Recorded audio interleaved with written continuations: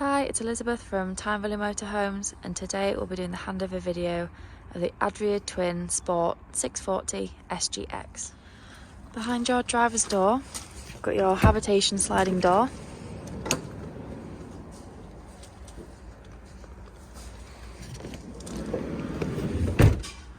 The back of the vehicle on the driver's side, we've got your freshwater inlet point. So you'll need a key to unlock the cap, and then you twist and push it off. Then you'll need a hose pipe and some adapters. As most sites just provide the brass tap, you then want to fill your water tank full, and then when you're done, pop your cap back on and then lock it with the key so no one can tamper with your fresh water. At the back of the vehicle, we've got your antenna at the top, and then we've got your reversing camera. Then we've got your two large windows for your rear bed, and then your 4 reversing sensors along the bottom.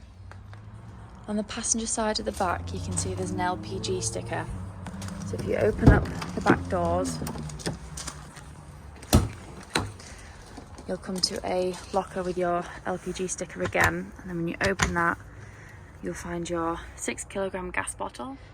So this gas locker holds one 6 kilogram gas bottle that needs to be strapped in nice and tight so it doesn't rattle around when you're traveling. And then when you're popping your pigtail onto your gas bottle, it's left to tighten, right to loosen, opposite way around being gas. And you want to turn it on and off with your dial on the top here. If you've turned your gas bottle on but you're not getting gas through to the vehicle, if you press this black button in for a couple of seconds, it'll allow the gas to come through the pigtail and into the van. If you've done all that and you're still not getting gas in your cooker or hob, just make sure this yellow button is flush to the surface and not popped out. It's a little crash valve. So if it pops out, just push it in for a couple of seconds and then you'll be getting gas through to your vehicle.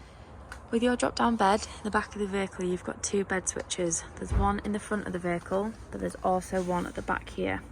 So if you press down, the bed will come all the way down. And again, if you press the up arrow, it'll go all the way back up.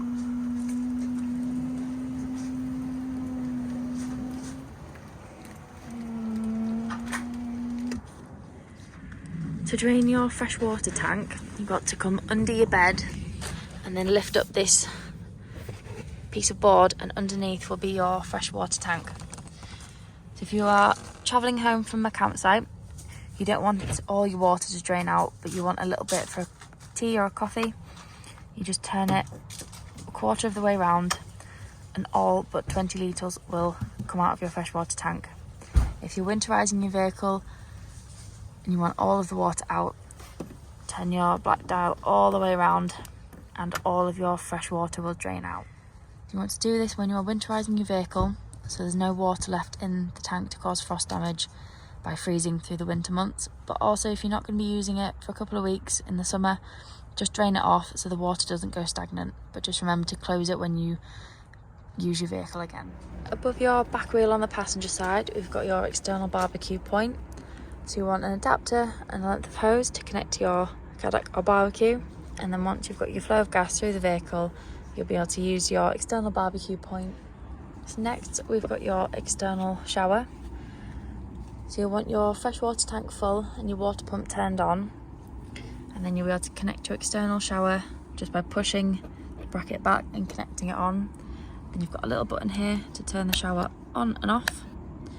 And you've also got your temperature dial here for hot and cold water. Then we've got your cassette locker. So as long as the blade on the inside of the toilet is closed, you'll be able to pull the blue handle up and slide your cassette out. Then to empty it, you just want to unscrew the cap, empty it out. Pressing in this blue button just allows some air in and stops it from glugging. But then once you give it a good swirl around with some clean water, and then pop some blue or green liquid in your cap and screw it back on, and it's ready for use again. Next, we've got your hookup point, which is just behind your passenger door. So when you're connecting your cable to the vehicle, you just want to lift the cap up, align it with the vehicle, and then slot it on. You always want to connect your cable to the vehicle first and then the mains, and then when disconnecting, disconnect from the mains and then the vehicle, so you're never walking around with a live lead. Just on the outside of your passenger door is your diesel and AdBlue. So to unlock the diesel cap, you just use your ignition key. And then for your AdBlue, if you go to a petrol station where they take Arctic lorries, you'll be able to get it on the pump. And just on the outside, we've got your ideal tyre pressures. And just below your passenger seat, you've got your leisure battery isolation switch. You can leave it on when you're using the vehicle, but when you're putting it in storage, if you turn the dial to the left, so it's pointing it off, your leisure battery won't be getting drained by anything in the vehicle. Then on the inside at the front of the passenger door, you've got your bonnet release. Onto the bonnet, the main things you want to focus on is your screen washer fluid, you've got your engine coolant and your brake fluid. Then you've got your oil and your dipstick, and then your negative and your positive is just down there under that cap if you need to give or receive a jump start. And then there's also your weight plates on the front too. First thing you want to do when you get into your vehicle is turn your main control panel on. And then from here you can click the buttons on the side. So the first one we've got is lights. So here you want to use the dial to select your awning or internal lights, and you can bring them on or off.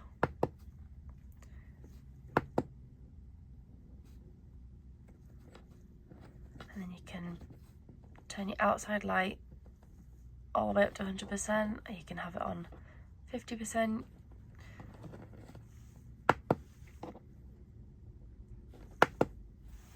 Next thing we'll come to is your temperature. So here you can change your heating, so you can scroll on and off. You can scroll to eco, normal or boost or ventilation. And then again you can scroll from 5 degrees all the way up to 35 degrees. The next one down is your settings.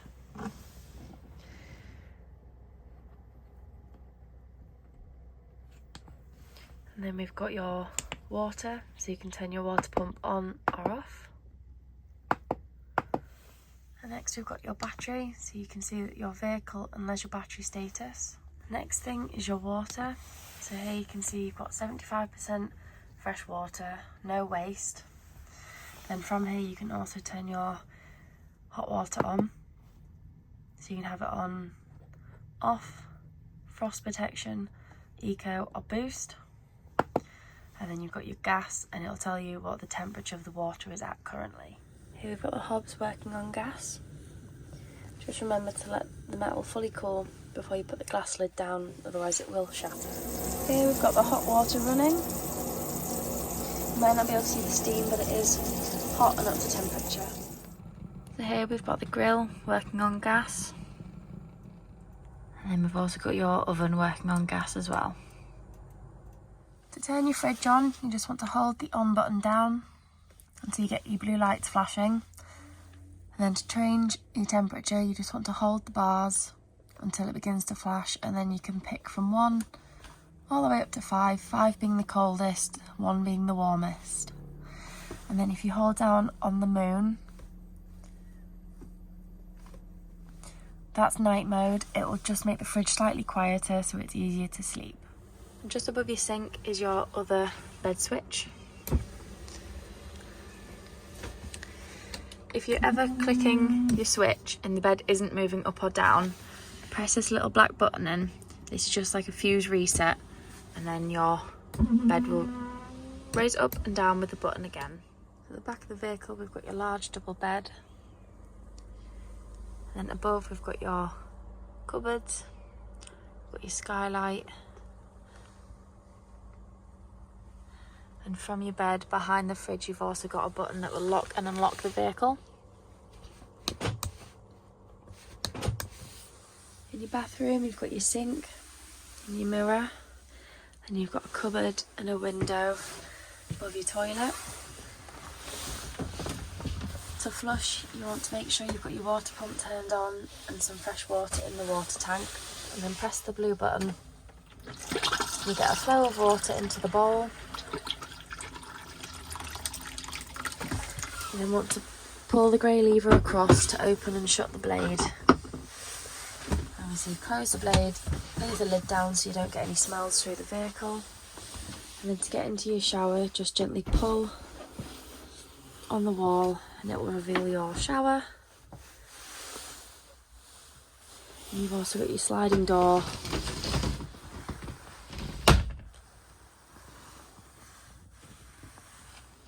Just behind your passenger door, you've got this switch. This is your dirty water drain off point. So here you can see on the sticker, if the 2 lines is shut, 1 line is open. So if you open, all your wastewater will drain out of the tank. You can do this when you're leaving a site, so you're not travelling home with your extra weight, but also when you're winterising your vehicle. Under your travelling seats, we've got a couple of little things. You've got your 200 watt inverter, you've got your trip switches, and then below this board here, you've got your boiler drain down. So when you're winterising your vehicle, you want to make sure all the water's drained out of your boiler. So with this yellow lever here, you want to make sure it's pointing to the side of the vehicle. This means the valve's open and all the water will drain out of your boiler. At the same time, you also want your kitchen and bathroom taps to be opened so the water can drain out of the pipes throughout the vehicle and not cause any frost damage.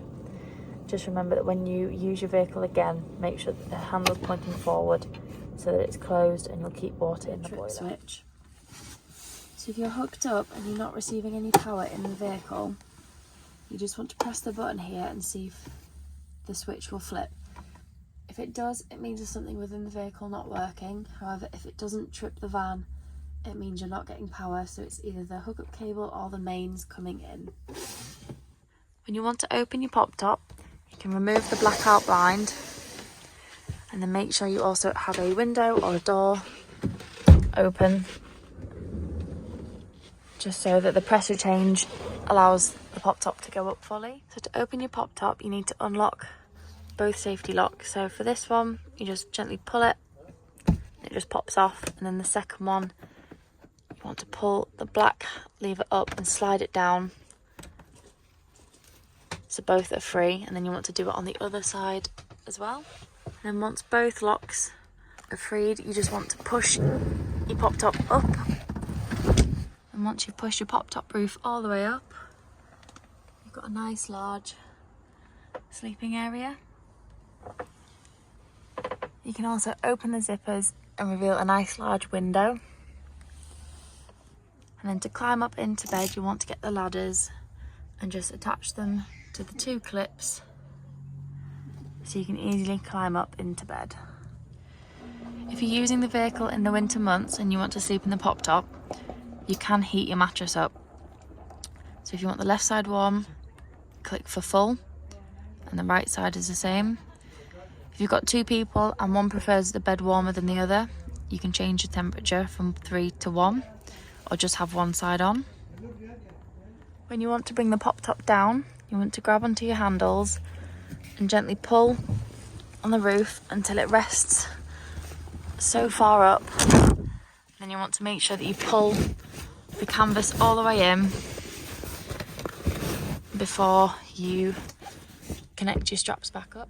On your head unit on the home page, you've got your maps, you've got your radio, and you've got a phone that you can connect to. Next page is your radio, so you can have FM, DAB, Bluetooth. You can browse through different stations. Next one is your air control, so you can pick whether you want the air to flow in your windscreen, your feet. You've got your AC, your temperature on this side here. You've also got the controls down here as well that do the same thing.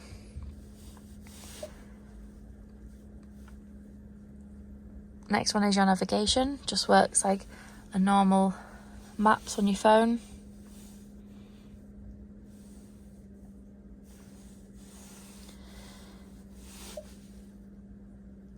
You've then got the choice to pair with a phone. So if you click yes, it will start searching for a device.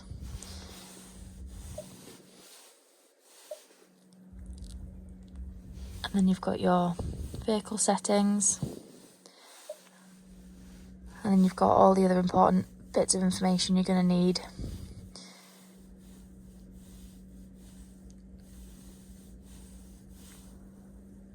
You've got your settings here, so you can flick through different options. You've also got your time and date and language if you want to change. You've got a few more options down here, so you've got your hazards, your lanes, locking, traction control, hill assist, and then you've got your volume for your radio, and then you've also got turn it on and off. Then you've got your 9-speed automatic gearbox, so whenever you want to change from parked to reverse or drive, you've just got to have your foot on the brake and then push the button in to be able to shift down and select. And then on your steering wheel, you can flick through different options on your dash using the arrows.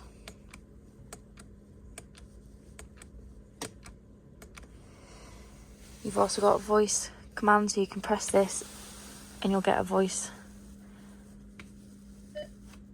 cancelled on your radio.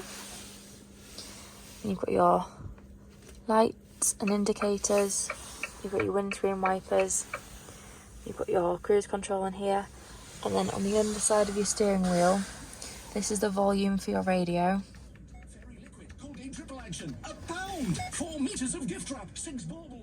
Then you can mute and unmute, and then on the other side you can skip between radio stations.